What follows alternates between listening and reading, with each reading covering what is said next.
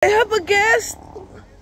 I have a guest here in Sorsogon. At dahil catering is life, motherhood is lifer, and TikTok is lifest, meron tayong pa-surprise na pansit bato at isang kawali talaga ito. Sa mga kamare chef, sa mga hindi nakakaalam, pansit bato is a noodle or a type of noodle here. Nag-originate ito sa Bato, Naga, Camarines Sur. O i-comment nyo mga kamare chef kung tama o mali ako, ha? So anyway, this is cooked like the regular pansit, pero pansit bato sa yung tawag nila kasi mas marami yung sabaw niya. Tapos it is best paired with pandesal. Marami rin nagtatanong kung saan ba kami nagstay. So ito is Bayanes. It is in front of the Gubat na sign dito sa Sorsogon, and you can book them via Airbnb. Afterwards, nag-tour kami sa Barcelona, Sorsogon, kung saan namin nakita yung mga historical places and church, yung municipal hall. Alam niyo mga kamare chef, totoo talaga yung balita na Sorsogon is beautiful. From our Airbnb en route itong Barcelona, Sorsogon going to the Bulusan Lake. Shout out kay Cheese Escudero kasi napakaganda ng kalsada ng Sorsogon, and sinabi sa akin ng mga staff dito na sila daw ang nagpaayos ng lake while it was lockdown. So if you can see here mga kamare chef, papakita ko sa inyo ang ganda ng structure. Hindi katulad sa ibang mga provinces na napupuntahan ko wherein mga kawayan lang yung ginagawa nila sa mga tourist destination. Dito talaga ginastusan nila. Sa entrance ng Bulusan Lake, meron silang tour guide na i-explain yung geography or yung buong map ng Bulusan na volcano. Nag-enjoy ba kayo sa video na ganito? Ako kasi, pagka nakakakita ko ng ibang content creator na nagpo-post ng mga tour nila, na-appreciate ko talaga. So ayan, the lake has a lot of amenities. Meron silang fishing area, meron din silang bridge, tapos marami silang ginawang structure around the lake para sa mga nagte-trek yan. So ito yung normal na river sa kanila. Ang linis, 'di ba?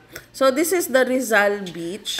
Gray sand siya and it's very clean, and the entrance fee is only 20 pesos. Medyo dark yung water kasi galing tayo sa storm. This naman is the sports complex ng Sorsogon. Napakalaki niya. Ang ganda-ganda niya. At ito na kami nasabugan ng gulong. Isang tip when you're renting a van with a driver, always ask for a video ng mga gulong on top of the video ng loob ng sasakyan. If they tell you it is CASA maintained, you ask for a receipt para makita nyo kung ano yung inayos dun sa sasakyan at kung anong date para may proof, diba? I was so angry at this part pero naayos na yung gulong and ready na kami bumalik sa aming Airbnb. Ayan lang mga kamare chef. Abangan ng part 2 and we're headed to Matnog, Subic Beach!